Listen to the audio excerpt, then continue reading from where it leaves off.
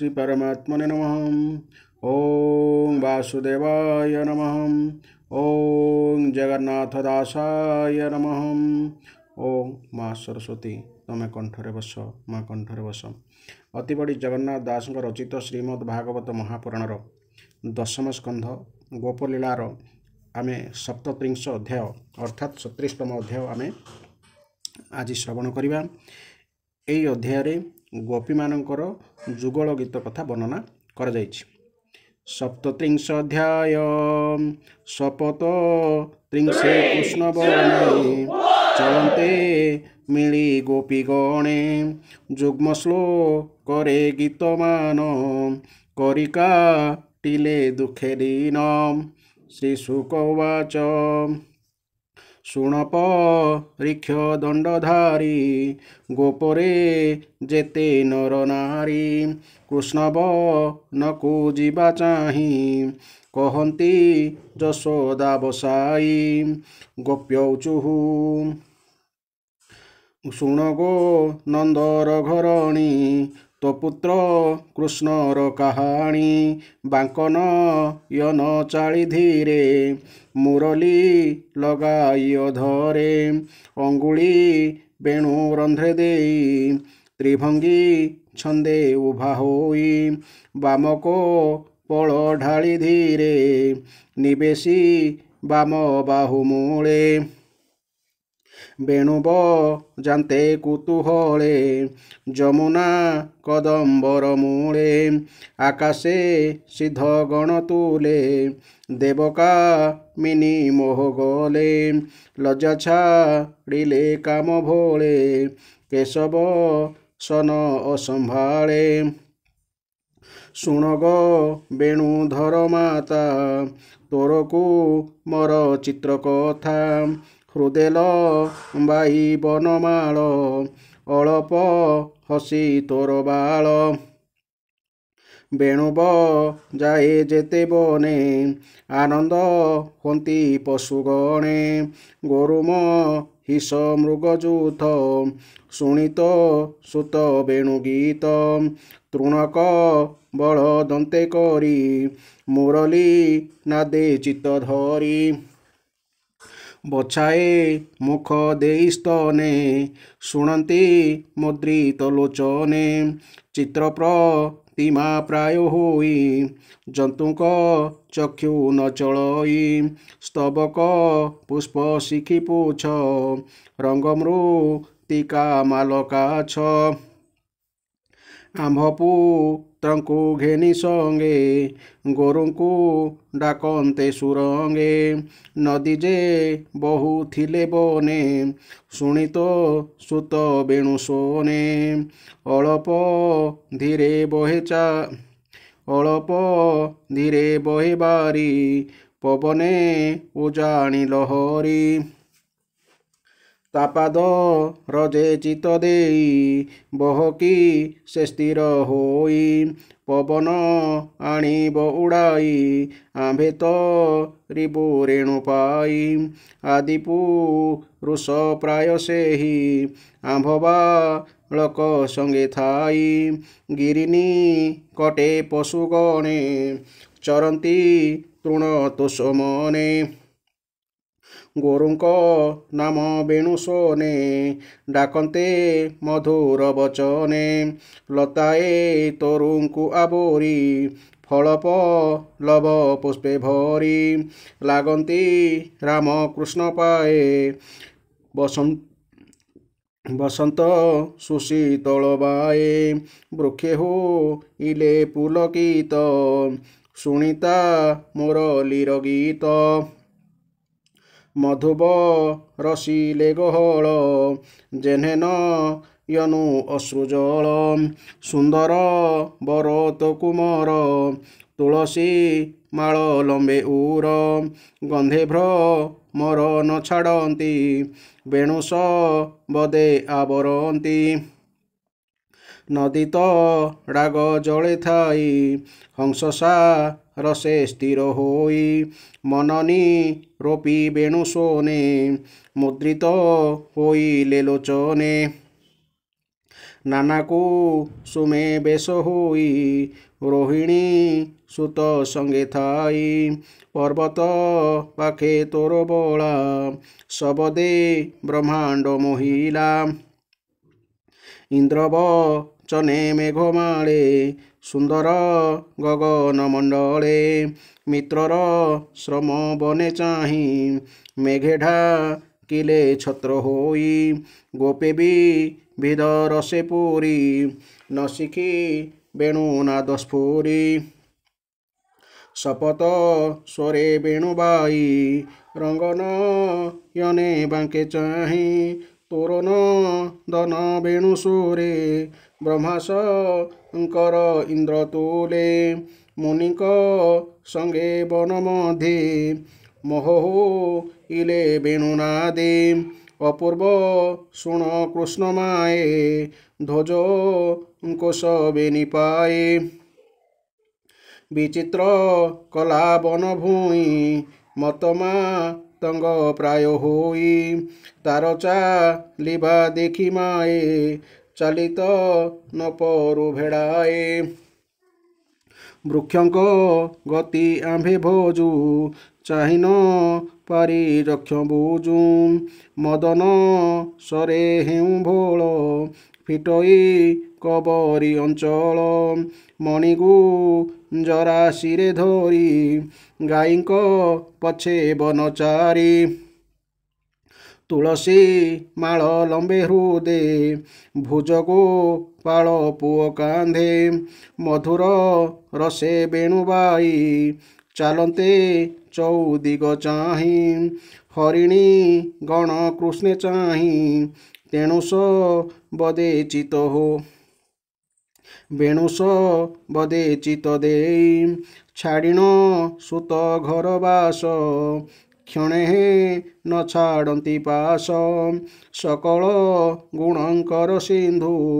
ମୁଖଦି ସଇ ପୂର୍ଣ୍ଣ ଇନ୍ଦୁ ଉତ୍ତରୀ ଛନ୍ଦେ କୁନ୍ଦମାଳ ସଙ୍ଗତେ ଗୋରୁ ଗୋପବାଳ କାଳିନ୍ଦୀ ତଟେ ତୋ କୁମର ହୃଦୟ ଭେଦିଲା ଆମ୍ଭର ପବନ ଯୋଗେ ବୃକ୍ଷ ଡାଳେ ଲାଗନ୍ତି ତାର ପାଦ ତଳେ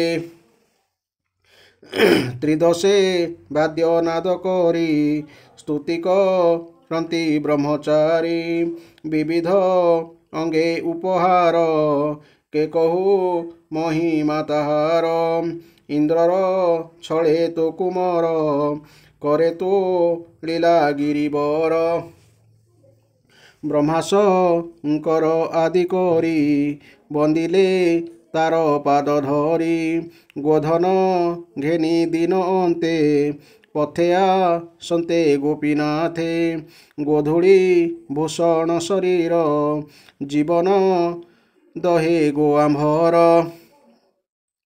गोपबालक इष्टदाता देवकी देवी जार माता नक्षत्र प्राय गोपबाल तोसुत शशांक मंडल बेनिलो चन मत भोले चाले गो पाल पुओ मेले गोरुंक धूली मुखे मिसी बदरी फल प्राय दिशी रत्नकुंडल कर्ण सोहे रूपे को टीए काम मोहे चालोई मत गज छंद मुखत पूर्णिमार चांद आंभे गो चाही तार मुख खंडु भी रह ताप दुख श्री शुक उवाच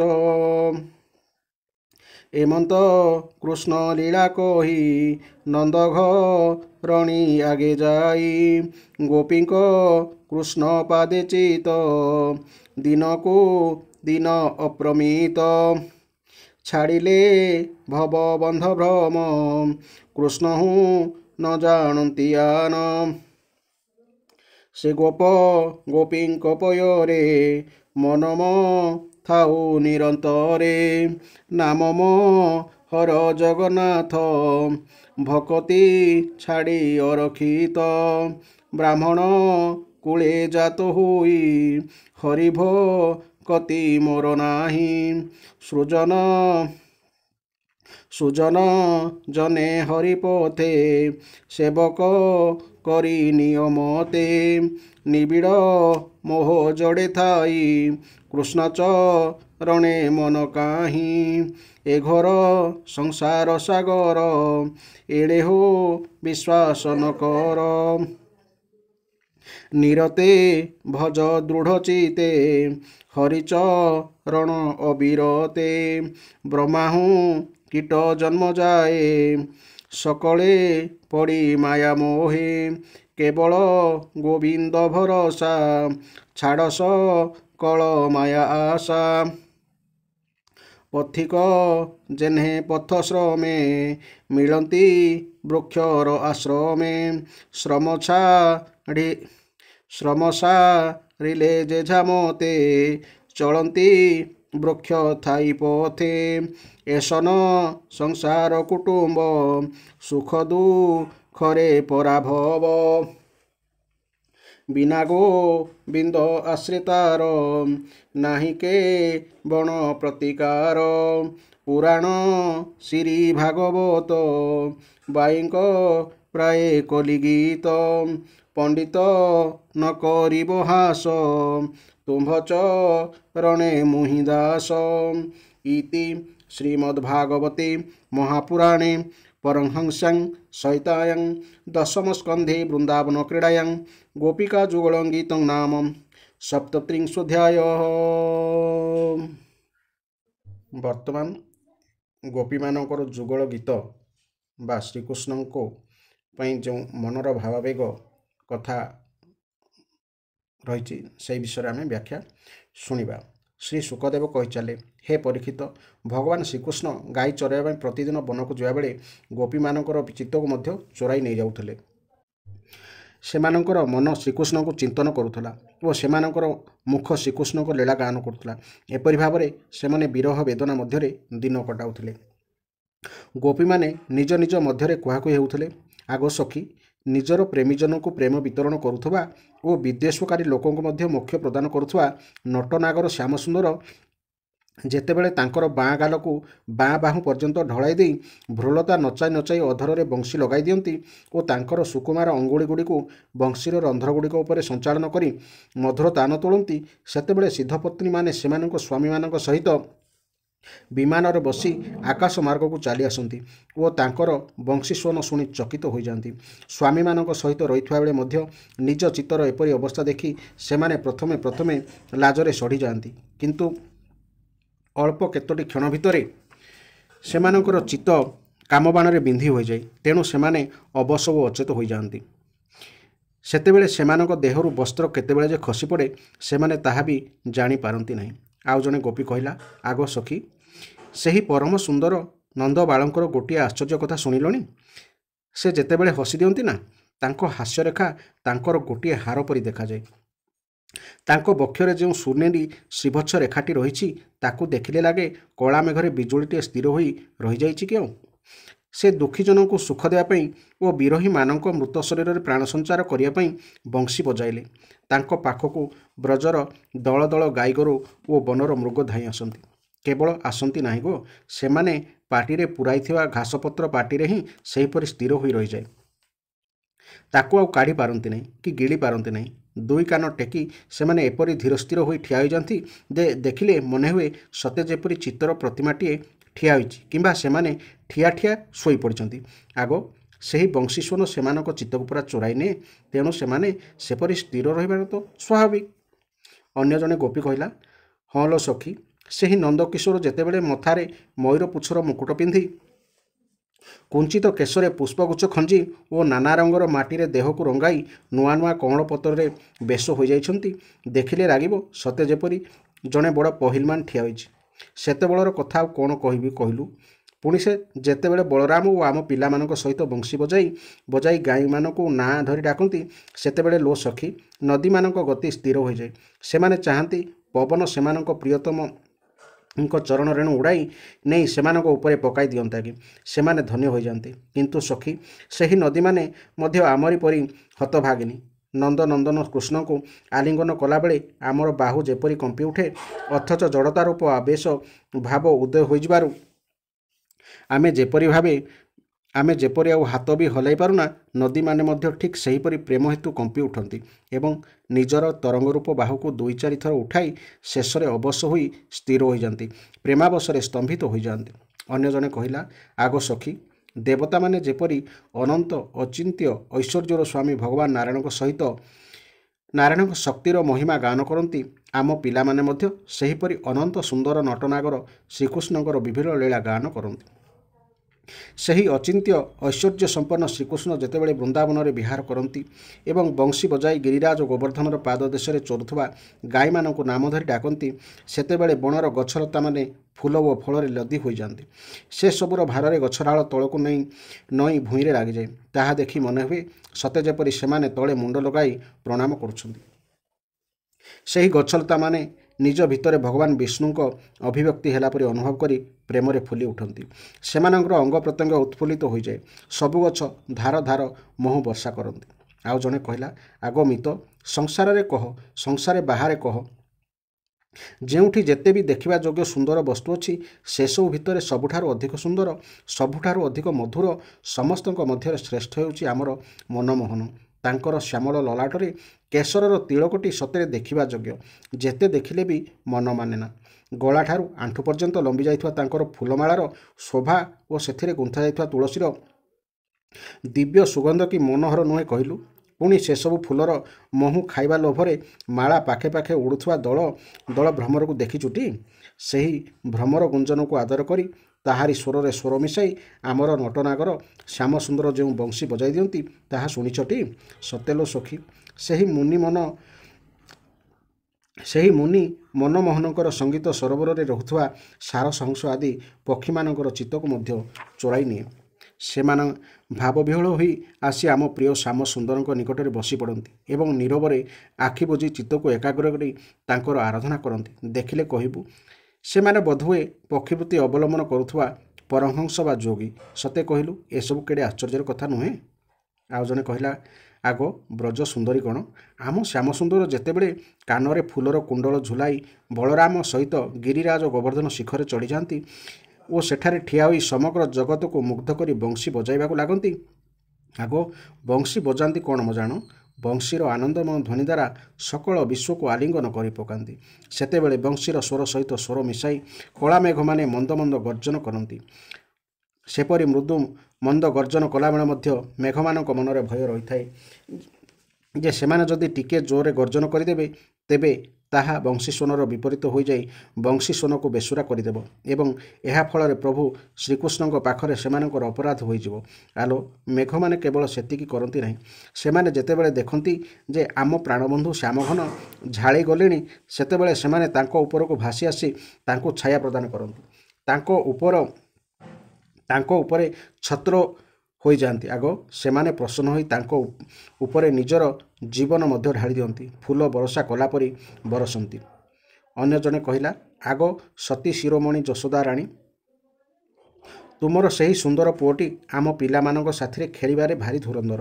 ଆଗ ରାଣୀମା, ତୁମର ସେହି ଆଦରର ଧନଟି ତ ସମସ୍ତଙ୍କର ପ୍ରିୟ, ତାହା ସହିତ ଭାରି ଚତୁର ମଧ୍ୟ। ଦେଖୁନା, ସେ ଏ ମୁରଲି ବଜାଇବାଟା କେଉଁଠୁ ଶିଖିଲେ କହିଲ? ଆପେ ଆପେ ସବୁ ରାଗରାଗିଣୀ ବଜାଇ ଦେଉଛନ୍ତି। ସେ ଯେତେବେଳେ ତାଙ୍କର ନାଲି ଟୁକୁଟୁକୁ ଅଧରରେ ବଇଁଶୀ ରଖି ଋଷଭ, ନିଷାଦ ଆଦି ନାନା ସ୍ୱରରେ ଭଳିକି ଭଳି ତାନ ତୋଳୁଛନ୍ତି, ସେତେବେଳେ ପରା ତାଙ୍କ ବଂଶୀର ପରମ ମୋହିନୀ ତାନ ଶୁଣି ବ୍ରହ୍ମା, ଶିବ ଓ ଇନ୍ଦ୍ର ଆଦି ବଡ଼ ବଡ଼ ଦେବତାମାନେ ବି ସେ ଯେ କିଏ କେଉଁ ତତ୍ତ୍ୱ ତାହା ନିର୍ଣ୍ଣୟ କରିପାରୁନାହାନ୍ତି। ତାଙ୍କ ପାଖରେ ସେମାନଙ୍କର ମୁଣ୍ଡ ନଇଯାଉଛି ଓ ସେମାନେ ମଧ୍ୟ ସେହି ବଂଶୀ ସ୍ୱନରେ ତନ୍ମୟ ହୋଇଯାଉଛନ୍ତି। ଆଉ ଜଣେ କହିଲା, ଆଲୋ ମିତ, ତାଙ୍କ ଚରଣ କମଳରେ ଧ୍ୱଜା, ବଜ୍ର, ପଦ୍ମ, ଅଙ୍କୁଶ ଆଦିର ବିଚିତ୍ର ଓ ସୁନ୍ଦର ଚିହ୍ନ ରହିଛି। ବ୍ରଜଭୂମି ଯେତେବେଳେ ଗାଈଗୋରୁଙ୍କ ଖୁରାରେ ଖୋଳି ହୋଇଯାଏ, ସେତେବେଳେ ବ୍ରଜଭୂମିରେ ପୀଡ଼ା ହରଣ କରିବା ନିମନ୍ତେ ସେ ବଂଶୀ ବଜାଇ ବଜାଇ ତାଙ୍କର ସୁକୁମାର ଚରଣରେ ସେହି ଭୂମି ଉପରେ ଗଜରାଜ ପରି ଝୁଲି ଝୁଲି ପାଦ ପକାଇ ଚାଲି ଆସନ୍ତି। ତାଙ୍କର ସେହି ବଂଶୀସ୍ୱନ, ସେହି ଗଜଗମନ ଓ ସେହି ବିଳାସ ଭରା ସୁନ୍ଦର ଚାହାଣୀ ଆମ ହୃଦୟରେ ପ୍ରେମର ମିଳନର ଆକାଂକ୍ଷା ଆହୁରି ବଢ଼ାଇ ଦିଏ। ଆମେ ସେତେବେଳେ ଏତେ ମୁଗ୍ଧ, ଏତେ ମୋହିତ ହୋଇଯାଉ ଯେ ଆଉ ହଲଚଲ ହେବାକୁ ବି ଶକ୍ତି ପାଉନା। କାଠ ଭଳି ଜଡ଼ ପାଲଟି ଯାଉ। ଏପଟେ ମଥାର ଜୁଡ଼ା ଫିଟିଗଲାଣି କି ବନ୍ଧା ହୋଇଛି, ଦେହରୁ ଲୁଗା ଖସିଗଲାଣି କି ଅଛି, ଆମର ସେ ବିଷୟରେ ବି ହୋସ୍ ରହେନି। ଅନ୍ୟ ଜଣେ କହିଲା, ଆଲୋ ସଙ୍ଗାତ, ସେ ଯେଉଁ ମଣିମାଳା ବେକରେ ପକାଇଥାନ୍ତି ତାହା ତ ତାଙ୍କ ଗଳାକୁ ଖୁବ୍ ସୁନ୍ଦର ମାନେ। ତା ଛଡ଼ା ତୁଳସୀର ମଧୁର ଗନ୍ଧ ତାଙ୍କୁ ଖୁବ୍ ଭଲ ଲାଗେ। ତେଣୁ ସେ କେବେ ବି ଗଳାରୁ ତୁଳସୀମାଳା କାଢ଼ନ୍ତି ନାହିଁ, ସବୁବେଳେ ପିନ୍ଧିଥାନ୍ତି। ସେହି ଶ୍ୟାମ ସୁନ୍ଦର ଯଦି ବେଳେବେଳେ ମଣିମାଳା ସାହାଯ୍ୟରେ ଗାଈମାନଙ୍କୁ ଗଣୁ ଗଣୁ କୌଣସି ପ୍ରେମୀ ସଖାରେ କାନ୍ଧରେ ହାତ ପକାଇ ଦିଅନ୍ତି ଓ ଭାବ ପ୍ରକାଶ କରି କରି ବଂଶୀ ବଜାଇ ଗୀତ ଗାଇବା ଆରମ୍ଭ କରିଦିଅନ୍ତି, ତେବେ ବଂଶୀର ସେହି ମଧୁର ମୂର୍ଚ୍ଛନାରେ ମୋହିତ ହୋଇ କୃଷ୍ଣସାର ମୃଗମାନଙ୍କର ପତ୍ନୀ ମୁଗୁଣୀମାନେ ମଧ୍ୟ ତାଙ୍କ ଚରଣରେ ଚିତ୍ତ ଲଗାଇ ଦିଅନ୍ତି ଏବଂ ଆମେ ଗୋପୀମାନେ ଯେପରି ଆମ ଘର ଦ୍ୱାରରେ ମୋହ ଛାଡ଼ିଦେଇ ଗୁଣସାଗର ନଟନାଗର ନନ୍ଦନନ୍ଦନକୁ ଘେରି ରହୁ, ସେମାନେ ବି ସେହିପରି ତାଙ୍କ ପାଖକୁ ଧାଇଁ ଆସନ୍ତି ଓ ତାଙ୍କୁ ଏକଲୟରେ ଚାହିଁ ରହନ୍ତି, ଆଉ ଘରକୁ ଫେରିବାର ନାଁ ବି ଧରନ୍ତି ନାହିଁ। ଆଉ କେହି କହିଲା, ଆଗ ରନ୍ଦରାଡ଼ି ଯଶୋଦା, ତୁମେ ସତରେ ବଡ଼ ପୁଣ୍ୟବତୀ, ସେଇଥିପାଇଁ ତ ତୁମକୁ ଏପରି ପୁତ୍ର ମିଳିଛନ୍ତି। ତୁମର ସେହି ଆଦରର ଧନଟି ସତରେ ଭାରି ସ୍ନେହଶୀଳ। ତାଙ୍କ ହୃଦୟ ଭାରି କୋମଳ। ସେ ତାଙ୍କର ପ୍ରିୟ ସଖାମାନଙ୍କୁ ନାନା ପ୍ରକାର ହାସ ପରିହାସ କରି ଖୁସି କରାନ୍ତି।